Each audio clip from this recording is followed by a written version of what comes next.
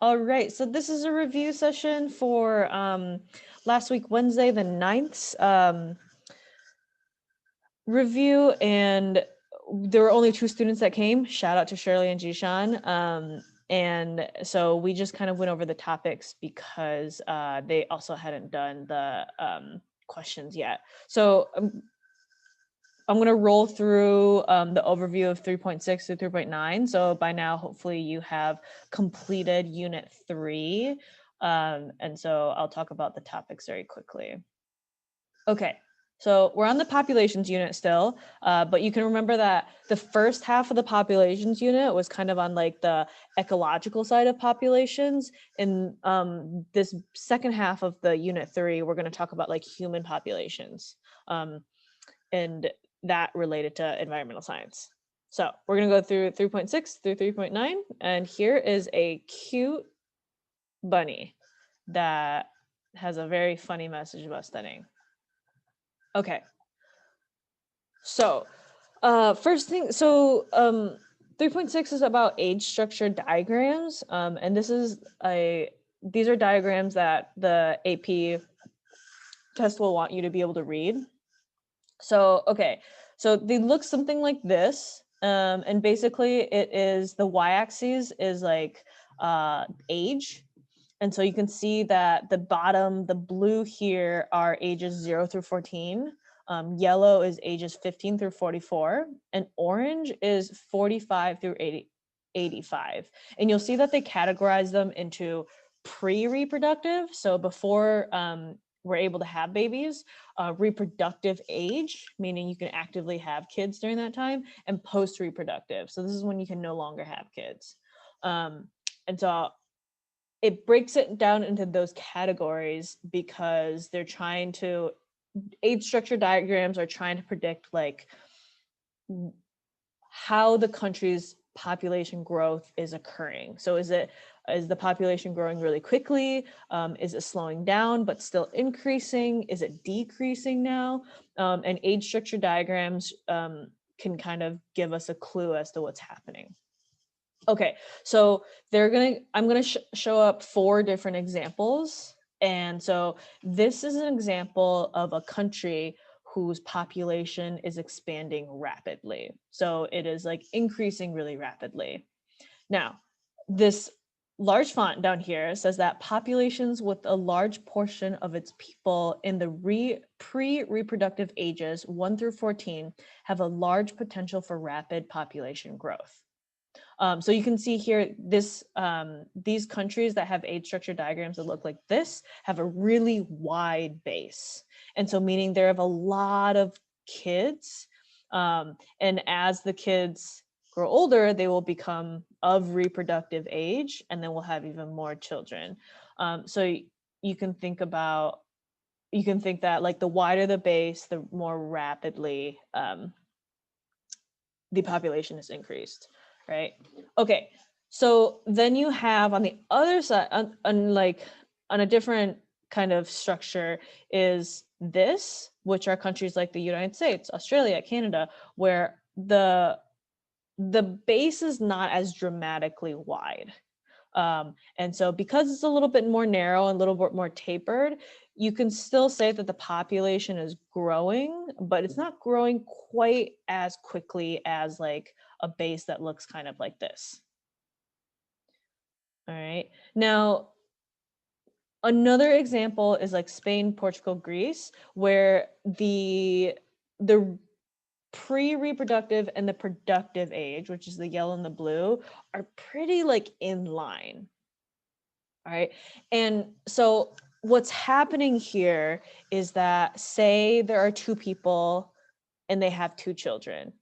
So what happens is like their 2 children will replace the couple, the 2 people, right?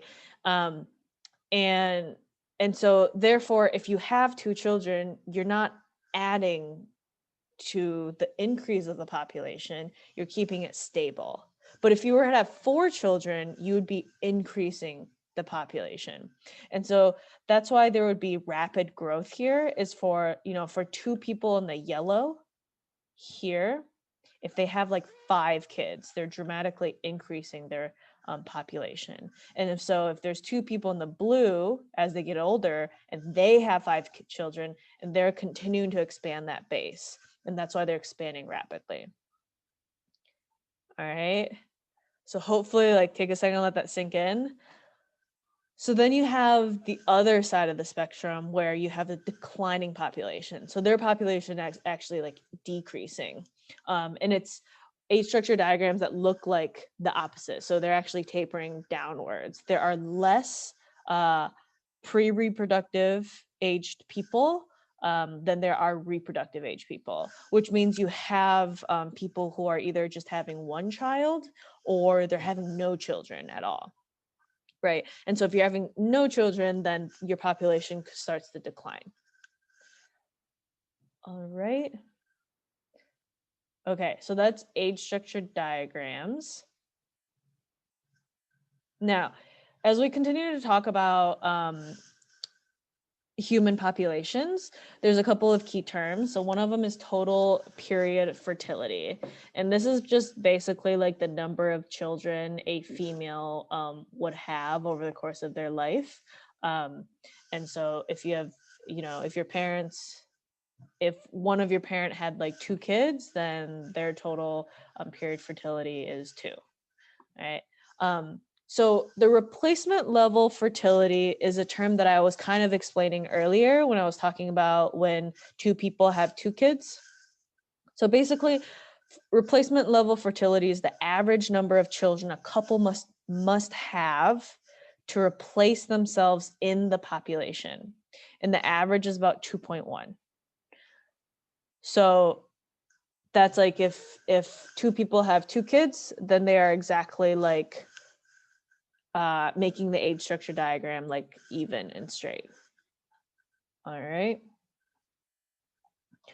Okay, so that's just that term. I don't know why they carved out their own subcategory for 3.7. But moving on to 3.8. Okay, so in human population dynamics, they kind of want you to think about a similar concept that y'all studied with ecology, which is like the density dependent factors and the density independent factors. So human population dynamics, we want to think about like, what are the factors that create a carrying capacity for humans?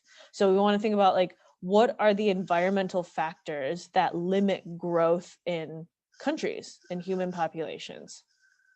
All right, so you can start thinking about them. First, we have our density independent factors. So these are the factors that don't really care how big your population is. And so that includes, very similar to the ecological side, but like major storm systems, heat waves, fires, droughts, any sort of like natural disaster will fall under the density independent factor.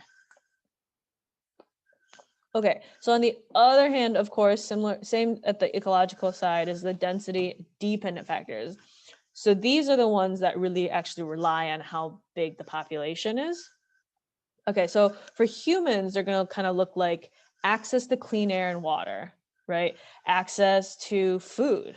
That's definitely going to limit a population, right? Or disease transmission. Is there a really crowded area where diseases can spread easily? Access to education, of course, is huge in determining a country's population. The age of marriage, I guess that's what the AP test wants you to think. And then, of course, access to reproductive health care and prevention is also really big in determining a population. All right, so we're moving more towards a more humanities kind of focused here. Okay, so another really random, the AP test loves throwing like random math at you. So the rule of 70 is a math equation that allows you to determine how many years it takes for a population to double, right? So like say the US, okay, so at some point the US was at 10 million. And so if you knew the growth rate of the US, you could predict how long it would take before the US hit 20 million. All right. So basically it's the number of years it takes to double equals 70 divided by the annual percentage growth rate. All right. So like, for example, what is the doubling time of a population that grows at 2% each year? Oh, if it grows at 2%, 70 divided by 2, it would take 35 years for that country to double in population. All right. So that's what they came up with. Okay. So let's keep building on the density dependent and independent factors. So now we're going to talk about demographic transition, which is the last part. So, okay, big caveat. This is the part where the AP world gets a little bit racist. Actually, it's, well, in talking specifically about countries and like their status. So I want to say that like this, what I am teaching you is just for the AP test, and take it with a huge grain of salt. All right. Okay. So demographic transition is how the AP test wants us to think about how countries grow and change over time, like economically, culturally, and economically and culturally. So the AP test says that a country's transition from high to low birth and death rates in a country or region as development occurs, and that country moves from a pre-industrial to an industrialized economic system. So they're saying like countries will move through different phases, and it will affect population growth and rates. All right. So we're going to look at the different stages. Okay. This graph here, take a second to look at it. Notice the red line, which is birth rate. And then notice the blue line, which is the rate in which people die.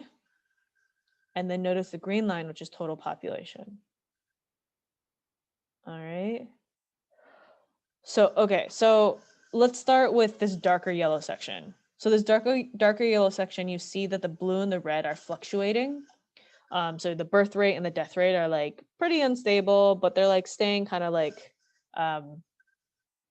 they're staying kind of near each other. And also they're like yo-yoing, right? As the red goes down, the blue goes up. So because of that, the population is staying like relatively steady, right?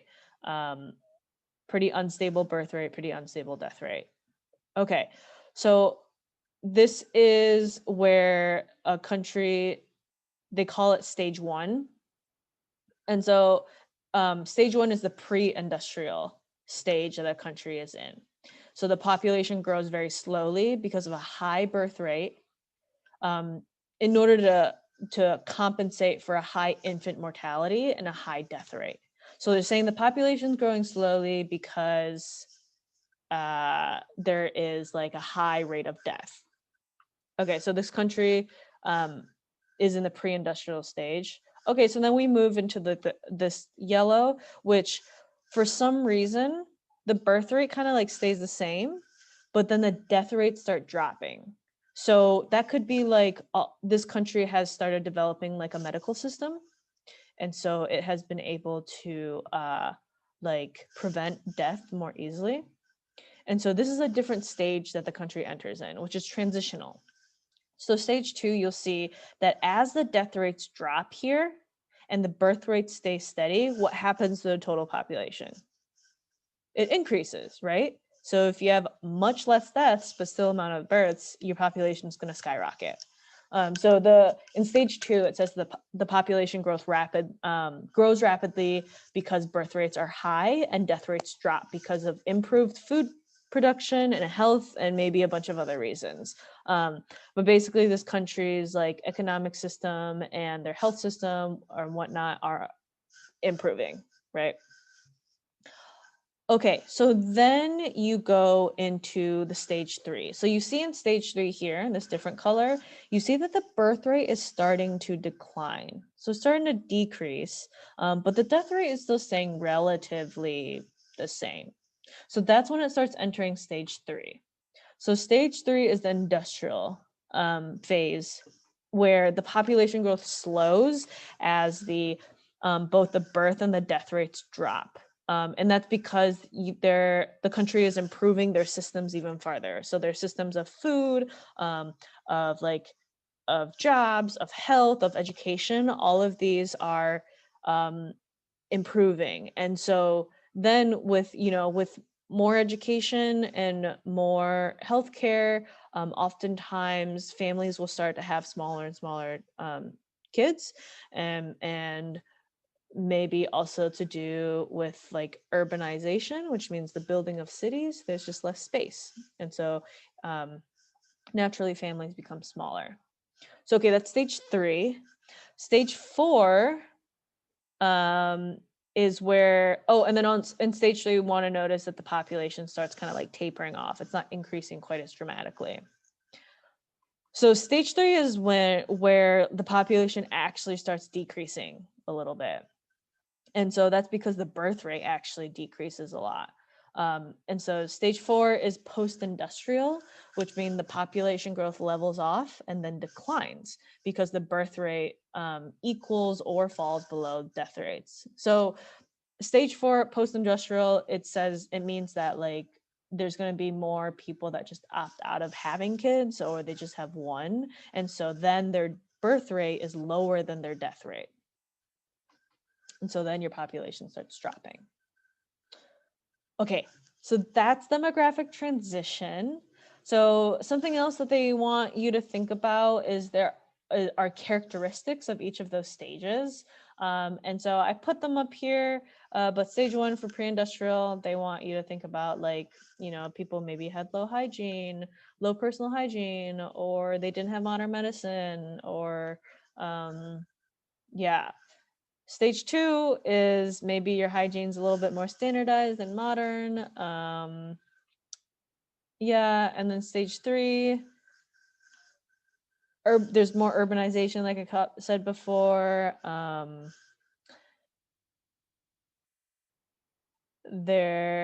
Increased population in Europe led to tremendous societal pressures that caused large-scale migration. So maybe you're leaving the country, blah, blah, blah.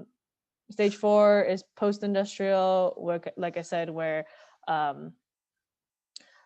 both the birth and the death rates are relatively low. So this page just kind of paints you a broader picture. Yes. Okay, so now is where the AP gets more racist. So this is they want to talk about countries in 2 different categories, and it's developed versus undeveloped. Super racist and colonial way to categorize countries, but this is AP, so we're gonna roll with it and pretend like it's real. So they categorize the countries into 2 ways: developed and undeveloped. And to determine which categories countries get placed into, the factors and statistics that the UN, which is, remember, is great, okay, and so are like GDP. So they're going to think about like how much money basically does this country make. So that'll help it categorize into developed or undeveloped. What is the life expectancy? How long are people expected to live for? Another one is literacy rate. How many people are able to read? And education. How is the education system in this country? All right. So those are all ways in which the UN categorized countries into developed versus undeveloped. So those are 2 vocab words that the AP test will want you to use, even if they suck. All right. Oh, and healthcare system, of course. Okay. So that is it for 3.6 through 3.9. Such an abbreviated version of the AP of this, but hopefully that guides you through at least the start, the multiple choice, and the free response questions. All right, that's it. Thanks for all of your hard work, and thank you for coming to this TED Talk.